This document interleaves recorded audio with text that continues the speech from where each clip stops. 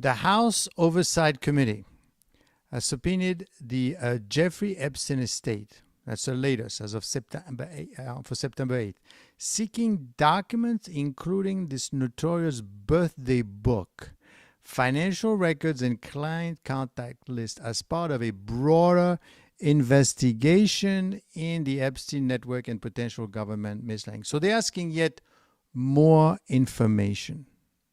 They want more. They want to know more. They want everything. So I'm going to make a point here.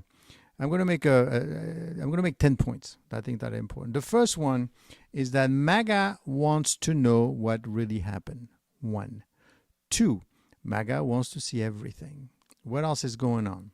Well, essentially, the House Oversight Committee is requesting to know more. They want to know more about what happened with the book. They want to know the book. They want to see the book. Now, don't forget, in addition to that, the House Oversight Committee, the House, basically wants to know a lot more. They want to bring all these people in, right? They're having all of these people coming to Congress to basically, show exactly what's going on. They want to actually see what's going on. They want to bring them all into Congress, and they wanted them to tell them exactly what they know, and when they've known it. Now, this is a lot of damage. This is a lot of damage because essentially what you have is you're having all these people coming in, and they are going to want to hear about them. Right? All of these people are being subpoenaed. Why? Well, they want to know. Congress wants to know. They want to know everything. They want to hear about everyone. They want to understand everything. And why do they want to do that? They want to do that because they have to want to do it. Because don't forget, there's a midterm election next year. And that is a big topic for the MAGA people. This idea of the powerful, being able to do what they want, that is something that they do not like. That is something they do not want. So at the end of the day, what are we talking about? Number one, MAGA wants to know what really happened. What do you want to know? I want to know everything.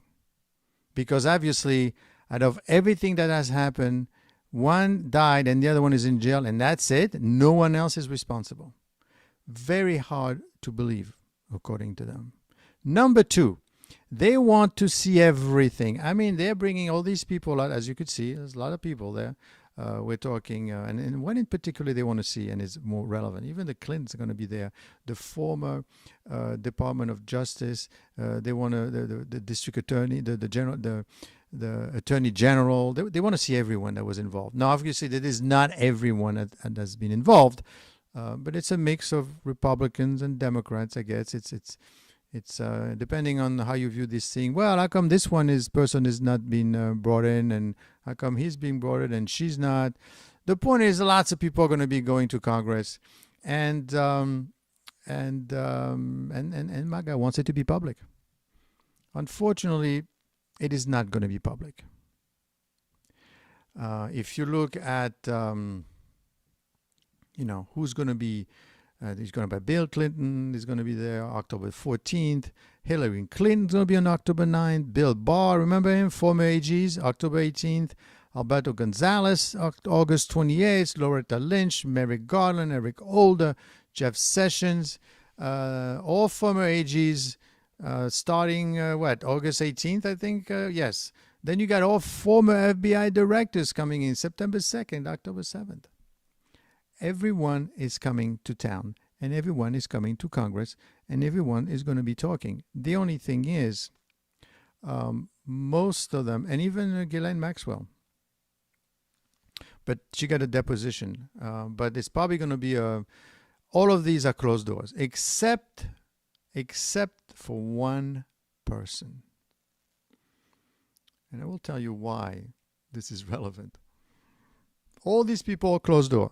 Obviously, that is not what people were expecting. They want to know what's going on. I mean, you're going to have your representative there, so hopefully There's nothing going on, but there's one person in particular that's going to be there September 19th.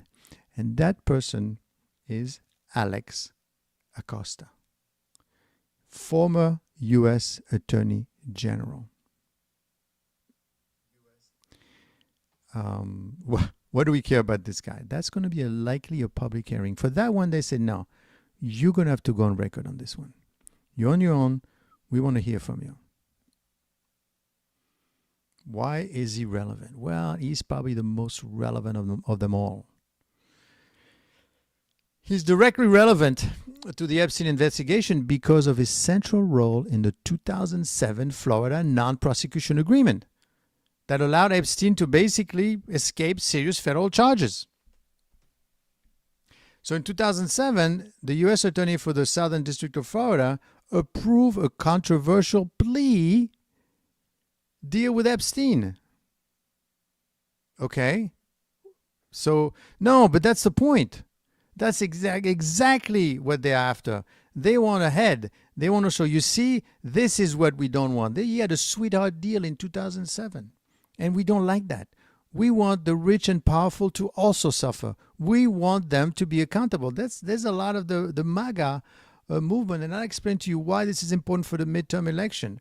This is taking a whole different outlook.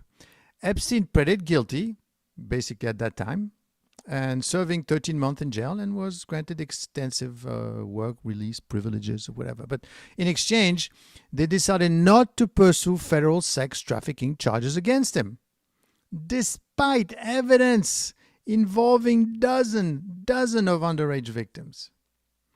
So basically provided him with an immunity, and also it provided an immunity to Epstein co-conspirators. Sweetheart deal. Exactly what MAGA does not like. Then the deal was kept secret for the Epstein victims. They didn't know of it, what this deal. A federal judge later ruled in 2019 that Acosta's office had broken the law by withholding information from the victims. Why? What's going on? Why do they want him now? They want him now because they want Acosta to explain why he approved such a lenient deal. Who cares? This is extremely important. This is important because they want to get to the heart of this thing. They're not doing all this. Well, what are they doing this thing? They're doing it really, I guess you could say, for show. The only thing, we're showing a lot of things here. We're talking a lot of people. A lot of time is going to be spent, right? Something is got to have to come out of this, and I'll tell you why. Critics see the deal as one of the most glaring examples of justice system failure of a high-profile sex trafficking case. His testimony could shed light on who benefited from the immunity clauses and whether outside pressure, political or otherwise, shaped the discretion. Then, what kind of job does he get after in 2017? He becomes a U.S. Secretary of Labor under Trump. Ow. Coincidence. He resigned in 2019 after the renewed scrutiny of his handling of the Epstein case. But you probably remember that where Trump said, listen, you got to go. This is becoming too much of an issue. You did, something happened there, and it's all dirty as hell. But they need a fish to fry here, and he might be the one. So his testimony is the most relevant of them all, and it happens to be public. It is pivotal because it goes to the heart of the institutional accountability. Why Epstein was spared federal charges, who else was protected, and whether the Justice Department failed victims due to outside influence or misconduct. So, I mean, what could they ask him? Well, they could ask him, why did you approve such a lenient deal? Who drafted or pushed for the inclusion of immunity for Epstein co-conspirators? Which co-conspirators? Immunity for his co-conspirators. You know, was it typical practice in your office to grant immunity to unnamed individuals in a case like that? Remember, they let him go. I mean, he did a year doing, cleaning the place or whatever. But then he got let go, and then his co-conspirators got immunity. Who are they? Unnamed. What specific evidence factors led you to prioritize a plea deal over going through federal charges? Why didn't you prosecute? Why did you give him a deal? Why were the Epstein victim not informed? Did you or your office deliberately withhold information to avoid victims' objections? I mean, do you acknowledge that this inclusion violated federal law? They were supposed to know. I mean, maybe it was a sacrificial lamb. It didn't work out. I mean, it didn't work out in the end because they let go of the whole thing. Was there any involvement or influence from powerful individuals? Who are they? Did anybody tell you to do anything? Do you believe that Epstein's social or political connections influenced the Justice Department? Why did the deal extend protection to unnamed co-conspirators, such as Ghislaine Maxwell, which obviously didn't, because since he lied, she didn't get to have that because he lied, didn't tell the victims, and you can't do that. So therefore, they overthrew the whole thing. In 2019, you defended your actions by saying federal intervention could have led to no jail time at all. So you did it because you think he was going to get away with it. Do you consider this as a mistake, what you did? Do you believe the Justice Department failed the victims? Should the DOJ release all internal communication related to the 2007 deals? I mean, Congress will want to establish whether Acosta's decision were due to prosecutorial misjudgment, political interference, or deliberate shielding. Now, don't forget that Maxwell recently, she spent 2 days, and I did a video on that, but she spent 2 days talking about what she knew and what happened, right, with Blanche in July. And she's now in a much better jail, by the way. What did she say? Well, basically, she said this is one big, huge misunderstanding. I didn't do anything. The president didn't do anything. Nothing happened to anyone. And in fact, she even said that Prince Andrew was railroaded. So it's one big, giant misunderstanding. Now, technically, she had immunity for this ProRef, it's called, for that period of time, for 2 days. But you technically have immunity, but you cannot lie. That you could be prosecuted for if you lie. But that's up to the Department of Justice to do it, and if they want to do it. Well, how come they're not doing it? Because she said that she didn't do anything. But hold on, you're in jail because they said you did something. So you're lying then. I'm not lying because I got railroaded as well. I didn't do anything, and it was wrongful prosecution. That's what I'm fighting it. Okay. So I guess we're saying this one big misunderstanding. Correct. Nothing happened, really. That's what she said. It's essentially that's what she said. So, well, you got paid $30 million. Well, I did some good deals. I was doing day trading. You have to really, listen to the video, but you really have to believe it. To believe it. Okay. So, Acosta is a big problem. And by the way, what did he do after he left? Where did he go?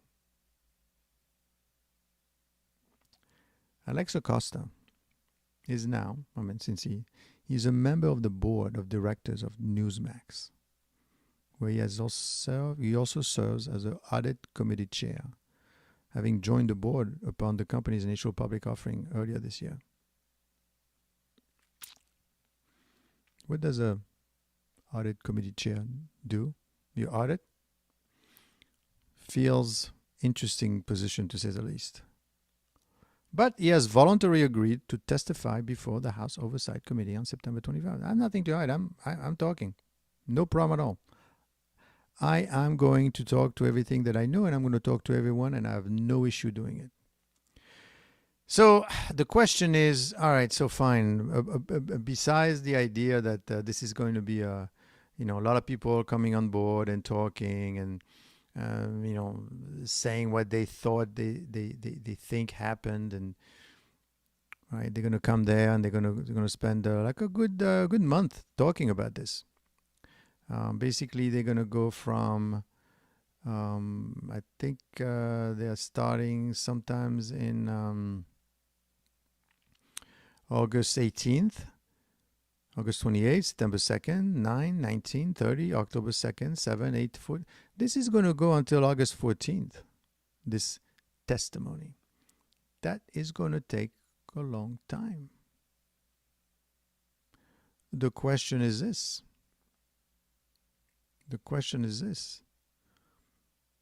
What why do we care? Well, you care a lot about this one. This is a doozy. And the reason you care about this is that we have the 2026 midterm elections coming up next year. And if you're going to erode the public trust, especially for Republicans, so the Republicans has got to be even more royalist than the king, as they say, to make sure that, hey, that's not me. Don't rope me in with these people. During the July 2025 Republican Tom Massey and Democrat Ro Khanna warned that the Epstein controversy and associated lack of transparency could damage public confidence in the GOP and hurt their midterm prospects. Massey cautioned that Republican voter apathy could grow unless accountability is clearly demonstrated. We did not do anything, we didn't know anything, and we are opening it up to the entire book world to see. I mean, you're not going to see much of anything except for one. Everything is going to be behind closed doors, but we're going to hear what they have to say.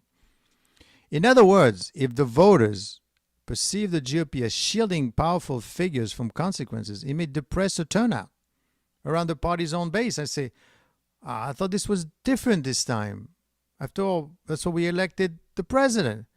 And you guys don't follow suit, so, disappointing. So not so much that we're going to vote for the Democrats, but we're not going to vote.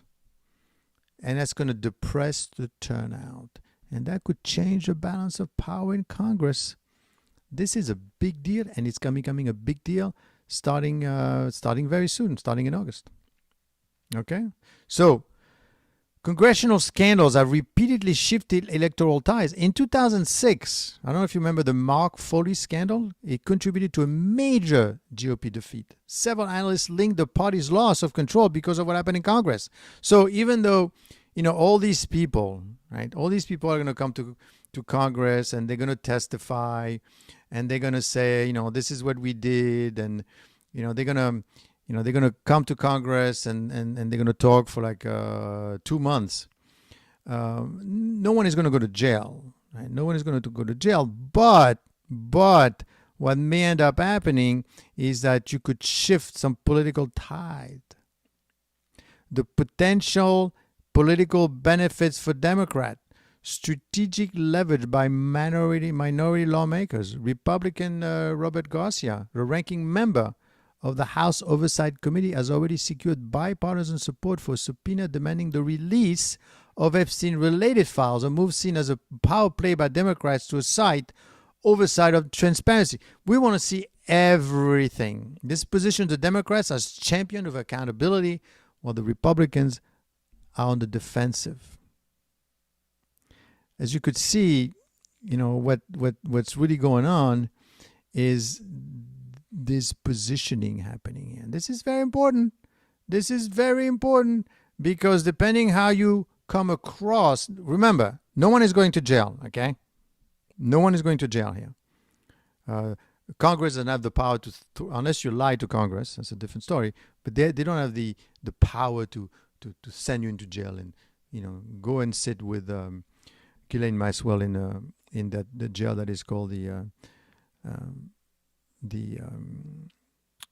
federal jail. No, it's not even a federal jail. A Club Fed, they call it Club Fed. That's not going to happen. But it's going to be much more. It's going to impact a lot more people. Somebody is going to leave something behind in this case.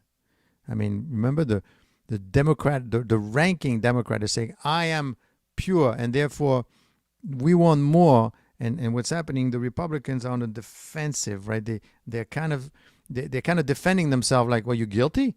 No, I'm not. I'm not guilty. I just want. But why are you so defensive? That technique. So what does that mean? Well, the midterms is a referendum on the governance. Midterm election traditionally serves as a judgment of the current administration and Congress. Voters often weight perceived failures or crises more heavily.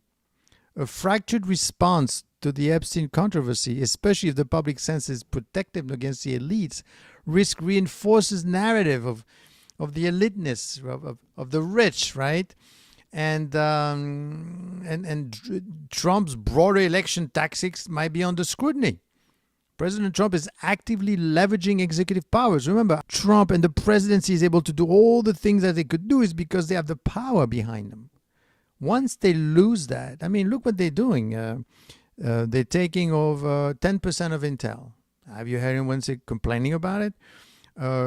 Going very strong after Lisa Cook. Now, she might have made a mistake or might have done it on purpose. They have something on her. Otherwise, they wouldn't. She's a federal a governor of the Fed who votes on your interest rates. They're saying basically that she's being, in fact, he sent out a letter to her today saying, you're fired. So you can't fire me. Yes, I can. I'm the president. Why? Because for cause. You lied on your mortgage application. And I'm pretty sure there's something off with the mortgage application because they must have seen it. Maybe she said yes.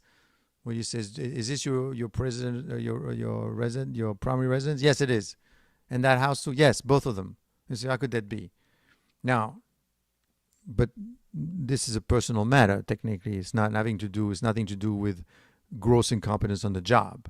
Can you tie the two together? Can you say this is a bad thing enough to fire her? And so he's able to do these things. Not the actually fire her yet. This is still he did send a letter, but the point is that he's able to do these things, and the tariff, 50% for Brazil, 50% for India, all these things that are going beyond technically what was expected of the president and pushing the executive power to the hilt. But these are steps that may hedge into authoritarian territory, potentially energizing democratic turnout and concern over election integrity. So if on one end, they say, who is this guy? He's not the king. And look, we still have these things that we don't know. So it's the same old thing, basically, right?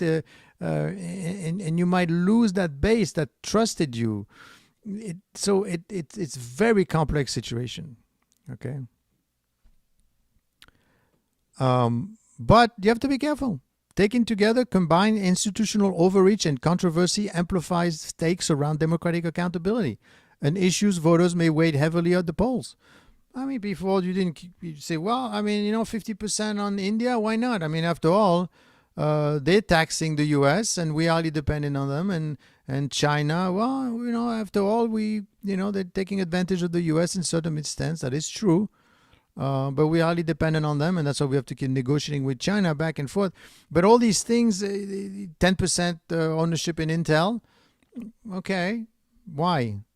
Originally, Biden was going to give the money as a grant or whatever. He said, no, we're not giving any money. We want equity. Okay, that makes sense. After all, Intel is all about semiconductors, and the U.S. is losing the race for the semiconductor industry. By between 5 to 7 years from now, it's all over. Unless the U.S. does something, it will lose definitely. But it's not just in semiconductors. It's in pharmaceutical. It's in rare earth minerals. There's a bunch of things. In a rare earth mineral, the U.S. is highly dependent on China. Why? Well, do you want to dig rare earth mineral in your backyard? It's not rare. When we say rare earth mineral, it's not rare. Everybody's got it. It's just nobody wants to dig for it because it's dirty. It takes time. It took China 20 years to develop that business, the business of going, digging, taking it out, bringing it in. But those magnets are extremely important because you need them in weapons, in missiles, and in your phone. Not the magnets, but the other parts. So you need the rare earth minerals. You need China right now. Are they taking advantage of the situation? Well, you didn't want to dig, they dug. And same thing with Europe. They also have rare earth mineral, but they definitely don't want to dirty up the air. So you see, all this now becomes into play. All these things might not be able to do because if the Republican voters feel that somehow, well, that's not fair, what have you done, right? We thought we could trust you, Republicans in Congress. And that's why they're out there coming out. And it's not worth it for them to take a fall for someone else because if they didn't do anything, fine, then sacrifice someone in the process. But they need to show resolve. They need to show what's happening. So basically, what do we have? Number one, MAGA, basically the people that will re-elect the Republicans and keep the president's power intact. MAGA wants to know what really happened. They really want to know. I mean, they took Maxwell out of the jail. They talked to her for 2 days. They sent her to a better jail. Then they release everything. They released the video, the audio. They released and I did a video on that. They released the transcript. They want you to know everything that is happening. Okay. So that's very important. That is always something that is going on right now. Okay. What else? Number 2. They want to see everything and everyone. Literally. I mean, that's a lot of people. You may agree, you may think that, well, I mean, there's more people involved. But still, I mean, we're dealing with lots of people here, and lots of people are coming. And they will be here very soon. And they will certainly, we shall see. But lots of people are coming. Lots of people. A dozen, if then more. 4, 8, 13 or 14, 14 of them are coming. That's a lot of people coming. Number 3, they want it to be public. Unfortunately, that is not going to be possible. Bill Clinton is not going. You're not going to hear Bill Clinton telling whether or not he was on that plane, if he's not on the plane, how he knew him, and what he did, and who he went out with. You're not going to hear none of that. I mean, they're going to, Congress will, and these are your representatives, so hopefully. Number 5, well, unfortunately, they're not going to see everyone, right? Because lots of people that were there are not going to be invited. Number 6, they're not going to find out what's really happened, since not everyone is being subpoenaed. So they're going to be missing pieces. I mean, and what do you want to know exactly? What is that you want to know? I mean, what kind of questions are we going to ask? Are we really getting the whole thing from day one? And when did you meet Epstein for the first time? And when did you meet the second time, and the third time, and the fourth time? And so what's the point? There's no way you're going to find out everything. That's not possible. You can't find about everything. It's impossible. Number 7. So what's the point? What is the point? What are we doing? What's the point? The point is the midterm next year. That's a mid-mandate election. That is the point. The point is, well, yeah, okay, let's find out if somebody did something. But more important, let's show that we have nothing to hide. And for that, we got to bring as many people on both sides as possible to show that there's nothing to hide. Except that when you bring her out, okay, you wanted her, and what did she say? Nothing happened. Oh, okay. Well, that's disappointing. No, nothing happened at all. I didn't do anything. I was helping him. I was working with him. I was not an enabler. I was a supporter. And you made $30 million. Yes, I mean, he lent me some money, and then I used the money to make money, and I made money, and that's what I got paid for. The same way Epstein was given a loan by one of he's not going to be coming over, but he was a former head of a big investment bank in New York, and he was giving a $30 million loan, I believe, and that got forgiven. When they found out that he knew Epstein, his board said, "What are you talking? What are you doing?" They're investigating. He said, "No, he was helping me manage my money, and he was very good. So I gave him $135 million, some huge amount of money." And I forget. Okay. Number 8, and I think it's important. Trump is not managing this process at all, and that must be tough, right? Because he can't control this. In fact, he's got to stay as far away as possible from it. He cannot be involved. I mean, the fact alone he was involved at the beginning by saying, "What are we talking about this? What is the point?" Remember when he was meeting with all his cabinet, and somebody asked a question, "Are we still talking about?" Remember that? Are we still talking about this guy? Are we still talking about this guy? And look at us now. Yeah, we're talking. We invited her over. We recorded her for 2 days, and 9 hours of conversation. We released everything. Now we're going to talk about this. We're going to talk about it and talk about it and talk about it. Are we going to find out anything? We're going to talk about it. Well, be careful, because if all you do is talk and nothing happens, they're going to take the whole, because the issue is you want the Republicans to come out and vote. Because if they get disappointed, Democrats are waiting for an opportunity to get in there, obviously. And then if you put, all you have to put is, it's a very easy thing to put this picture together, right? Basically, look, the president is out there doing this, doing that, acting so, so grand and rough, but yet we don't have the, that's what they'll say, we don't have the visibility of what's really going on. So it's the same thing. You got taken again. Forget, I'm not voting. Thank you. Guys, you go and vote. And that's how you lose Congress. Right? The MAGA base is very strong. They came out in drove. Okay? So that's what they don't want to lose. The Republicans don't want to lose. The Democrats, they're waiting for a mistake. Now, if the Republicans come out and say, fine, let it out. That's why they didn't really like what Trump was saying by saying, let's not talk about this. No, we need to talk about it. And talk about it all the time. All the time we need to talk about it. Number 9, this is going to take a long time and will start to be used for political purposes. In fact, at the end of the day, that's what's happening. It's just politics at the end of the day. Important politics that will impact you, not whether or not you decide to come out or don't vote for them or vote. Regardless of what happened, it will impact you. Because if the Republican loses Congress and the Democrats come in, then all these things that are outstanding will not get done. Don't forget. It's not just the Democrats that are watching. These other countries are watching as well to see is the government strong enough to keep it up, to stay on top, to decide, to move, to direct. You, 50% tariffs. You, 37% tariff. Canada. See Canada recently? They say, you know what? We're going to do retaliatory tariffs. We're not going to do it because we know it's not going to work with you. That's right. That's right. I don't want any tariffs. Otherwise, I'm going to give 100%. These things that you're able to do and push and forward like that cannot go forever, right?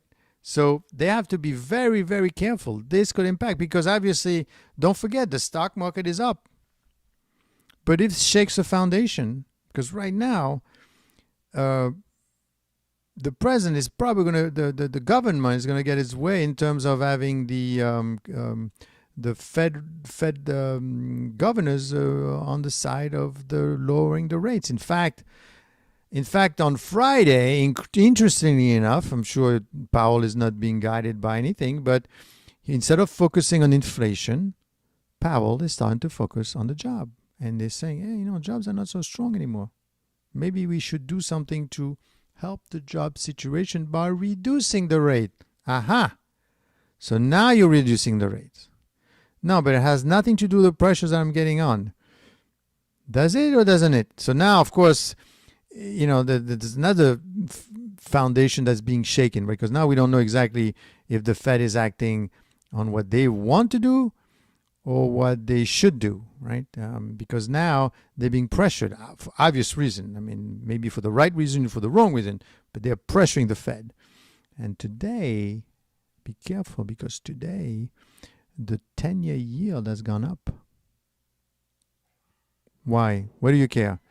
You care about the 10-year yield because that is a level of risk. If the market feels that there is not enough or there's too much control and the Fed is losing control and basically the government is controlling the Fed and it's controlling rates, then, of course, obviously they're going to lower the rates. But when we say lower the rates, that doesn't matter. What matters is the yield in the Treasury that are trading today.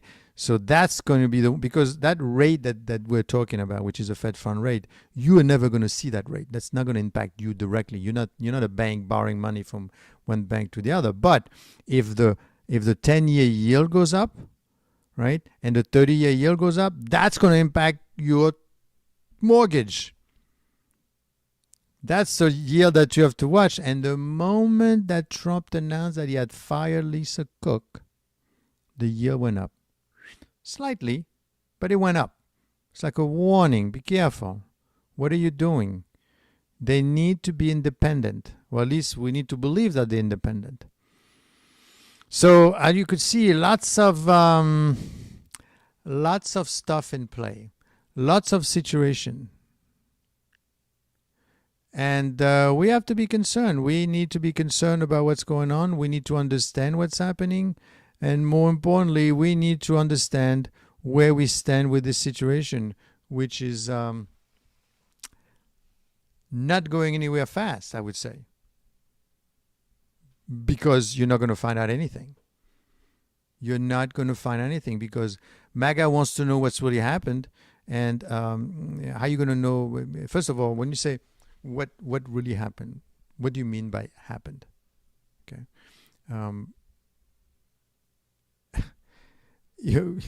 Interesting. You want to know what happened, right? How are you going to know what's happening? I don't know. Tell me. But what do you want to know exactly? Bill Clinton comes through that door. What are they going to ask him? Like I said, the only guy that's very interesting is Alex Acosta. And that's going to be public. That's the one you want to watch, really. Well, you can't watch anything else. And he's going to be on... Acosta is going to be September 19th. That's the one you want to listen to. Because he basically he did two things. He let Epstein go, more or less.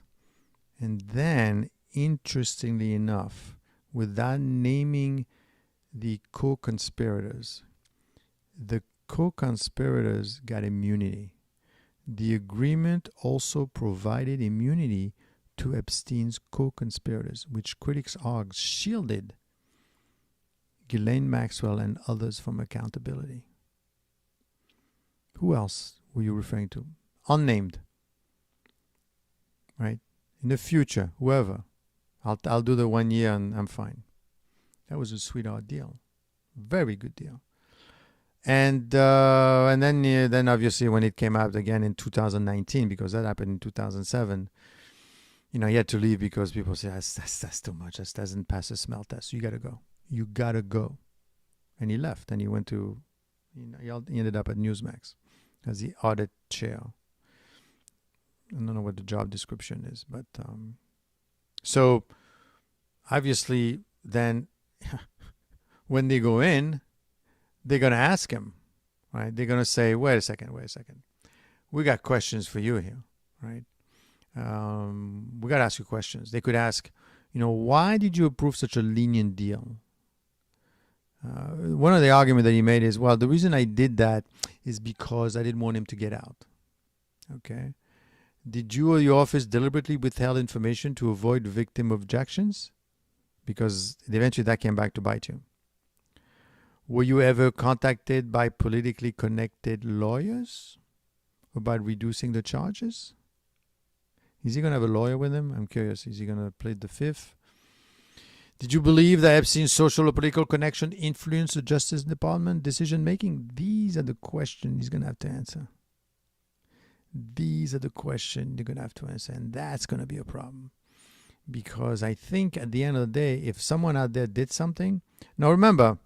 No one's going to jail here, okay? To be clear. Unless they find something, then they have to start a trial. Because you need to put people on trial. To the same way Lisa Cook, technically, you say, I'm firing you because of cause. Well, I guess he did that with that BLS woman. She that's different. She works at the pleasure of the president. This is different. You can't just fire people for no reason. Yeah, he actually also fired.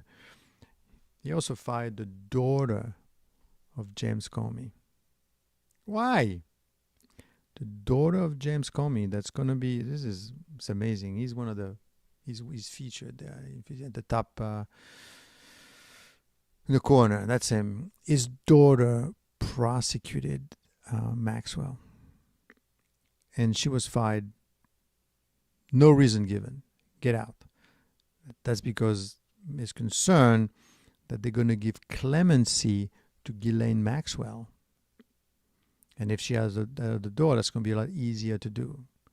So we're kind of taking the same people over and we're doing different games, but it's interesting how they're all moving in and out, and somehow...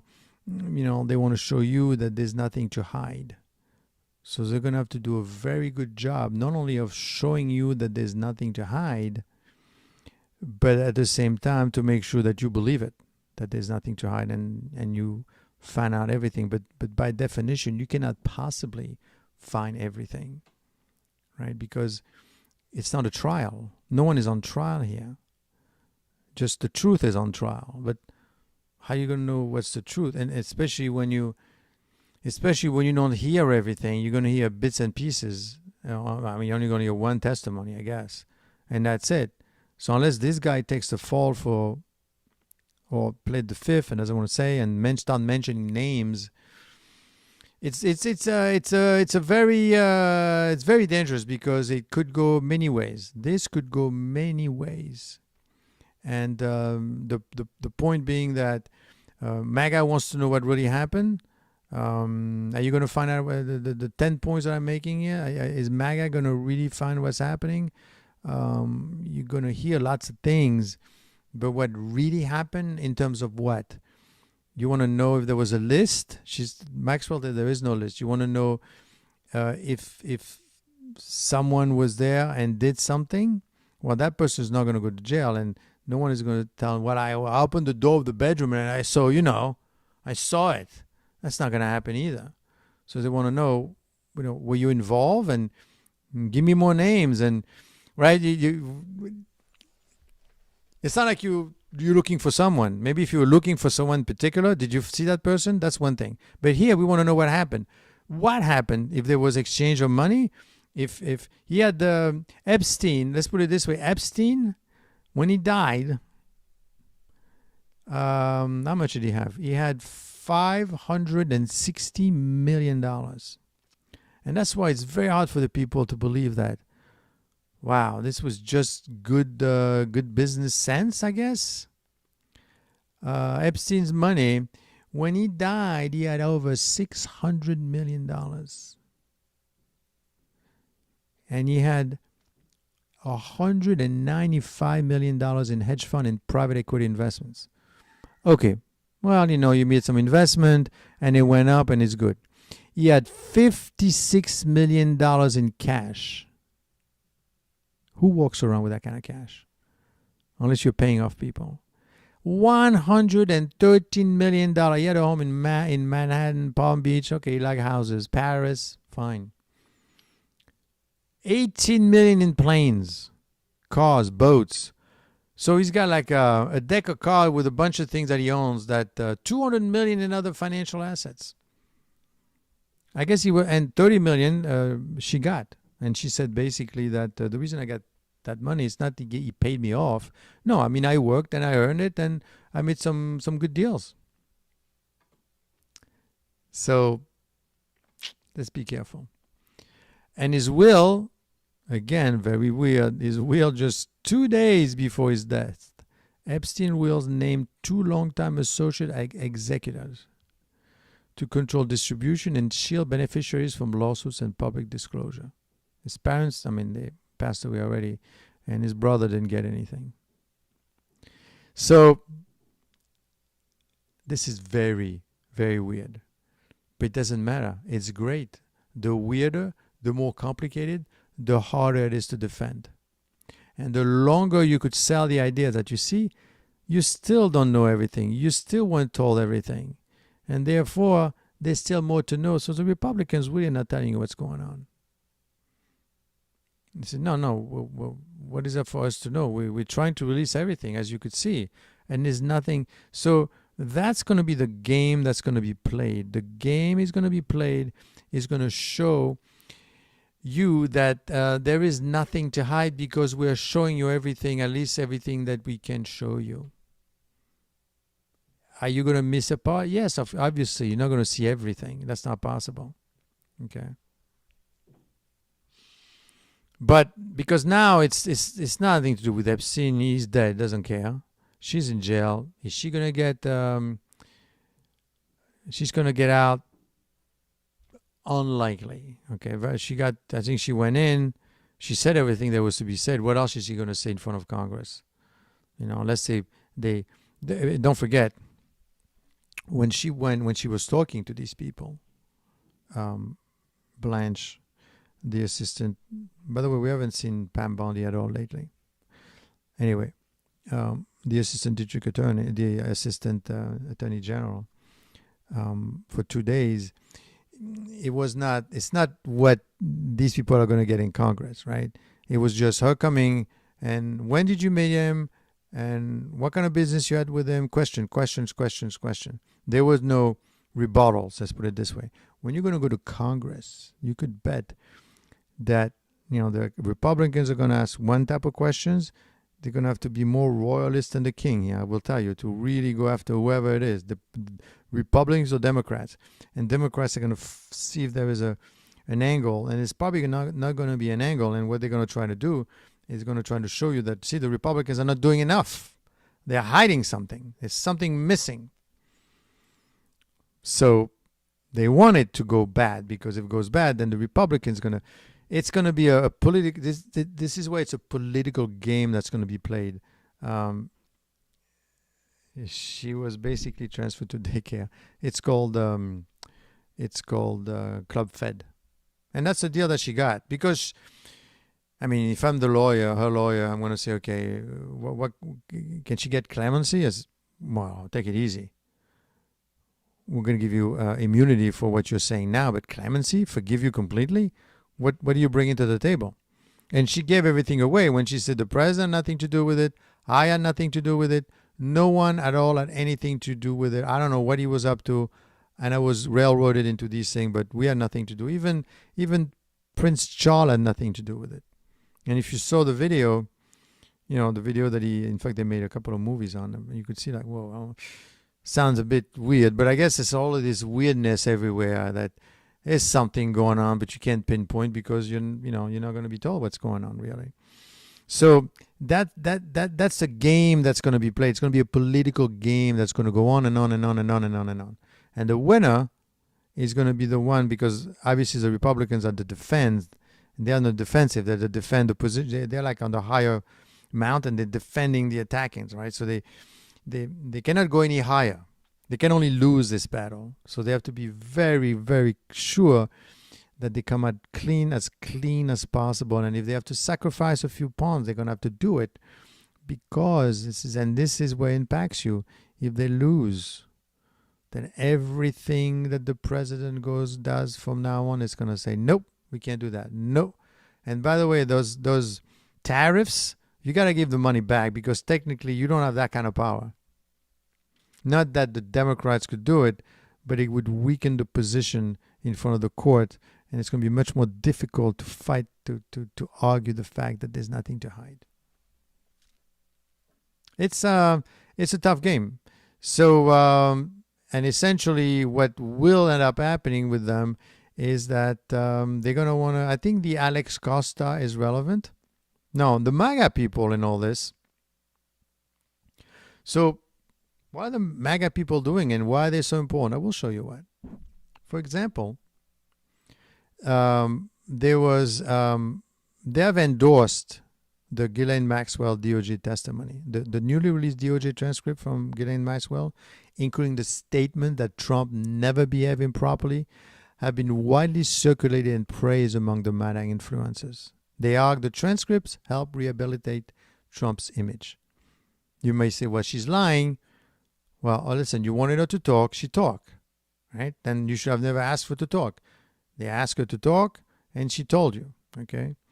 Now they love the chants over the FBI raid on John Bolton, which I don't know if you heard, but they're raiding his house as well. And he has not been a great friend of Trump. They have been vocal on the Gaza-Israel situation, on the flat burgering issue.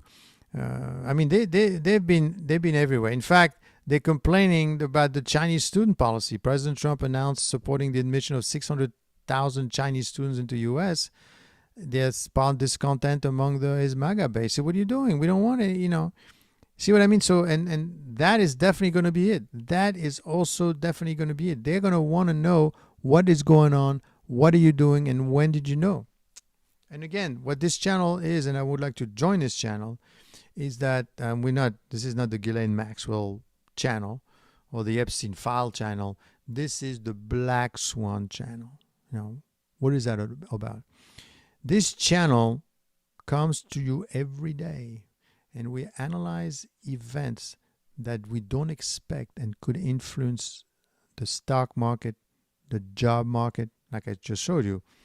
If this thing goes sideways, then the Republican lose, and the president becomes a lame duck president because the Democrats will own the House, the Republican will own the Senate. It's going to be very tough to pass any kind of law and bill and whatever. Okay, so that's the second thing is we need to know what's happening with the economy, because right now what's happening is the Fed is going to lower those rates. If Lisa Cook leaves, that will leave you 3 Biden appointees versus 4, and I'm pretty sure the 4 Trump appointees are going to want lower rates, which you're going to love, obviously, because you want lower rates. Well, you want lower rates. When I say lower rates, don't forget, they don't set the mortgage rates, right? They set the Fed fund rates.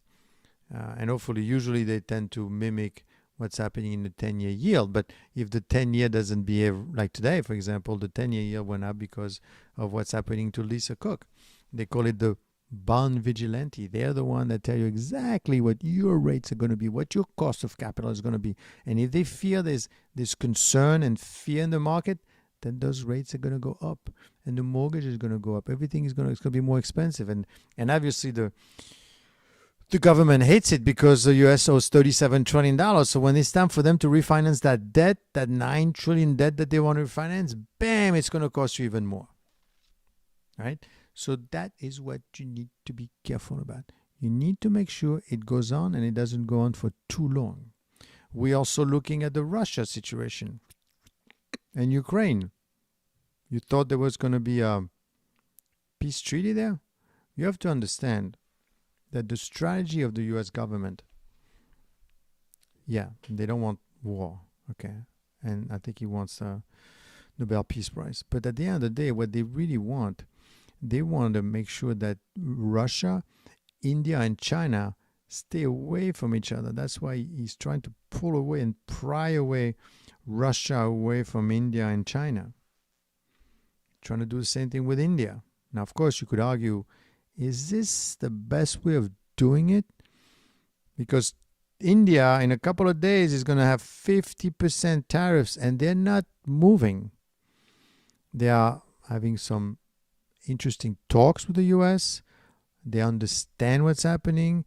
They might want to, because basically the U.S. wants India to, they want India to stop buying oil from Russia. Why? Well, because you're helping Russia and Russia is fighting with the Ukrainian. Yeah, that's one of the reasons. But the main reason is they want India to stay away and stay with the U.S. and do what the U.S. wants. After all, they were, at the beginning of the year, they were best friend ever. Not anymore, apparently. And as you notice, India is not listening. China is not listening. I mean, they have a 90 days reprieve in their discussion, but they're not doing anything. They're not talking. And Russia, well, Russia is Russia. Okay. Did you see any of those countries sitting across from the desk of the president, like the European did? Did you see that at all? Did they run away? Did they do like the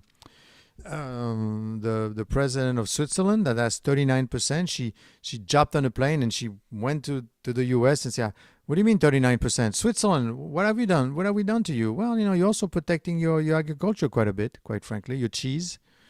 And no, that's not going to do. And actually, she didn't even get to meet with the president, right? Same thing having to do with the something having to do with the Taiwanese. The president of Taiwan came over. He wanted to meet with the president. I'm not meeting with you. So you have two groups of people here, right? You have two groups of people. You've got the the three, the BRICS people, and then the other people. And then, of course, you have Israel and Netanyahu and all that, and that's going on for another turn, and who knows where that's going to end up. And you have to be careful, because the last time around, the U.S. gave lots of weapons to Israel, lots of missiles, actually, that to the point where they were running out of missiles. And so the U.S. has lots of issues. It's not like the weaponry needs to be updated, and for that they need the rare earth mineral, which China is saying, well, I'm slow walking this one here. Let's take it easy on the rare earth mineral. I think you don't need all of them right now. Let's wait a little longer. Okay? Obviously Netanyahu wants to keep fighting, because the longer he fights, whoever he fights with, remember, the moment he stops, there's a trial waiting for him as well. So there's two type of people that the government is dealing with, the BRIC people and the other people, right? And we could argue whether or not this is the right approach, because now you're pushing them closer together. Although you can make the point that, even if you didn't do anything, India was going to move away, and China was going to move away, and Russia was going to move away. In fact, the Chinese are meeting right now with the Indians in India. And when I say the Chinese, I'm talking about the foreign secretary. And then eventually Modi, the prime minister of India, is going to go to China. First time in a couple of years. Best friend ever now. Well, you want him to stop buying 30% of his oil from Russia? That's never going to happen, right?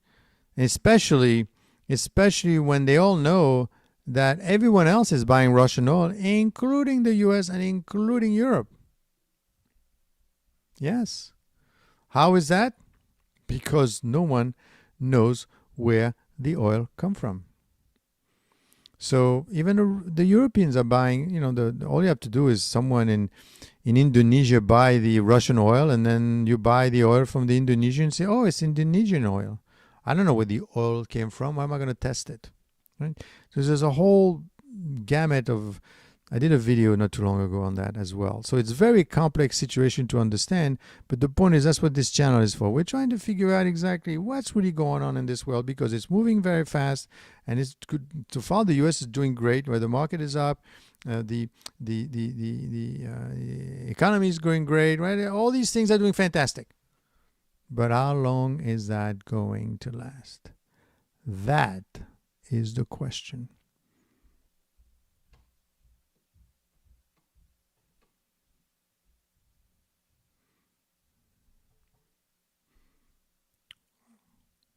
Anything else, my friends?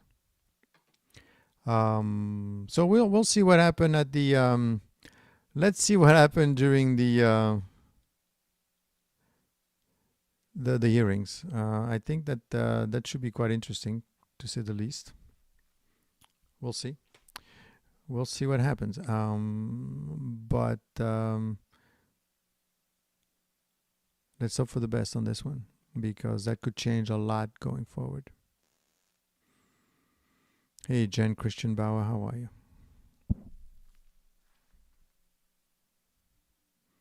She was transferred to daycare, says Vanilla. Yeah? Literally, that's what happened. It's called Club Fed.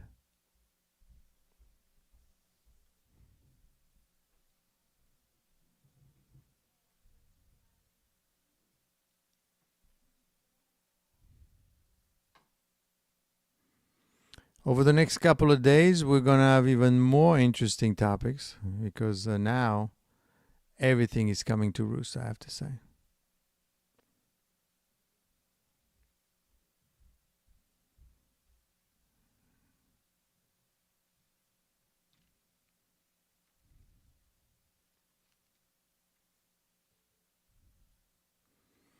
Interesting to scaring. Yes.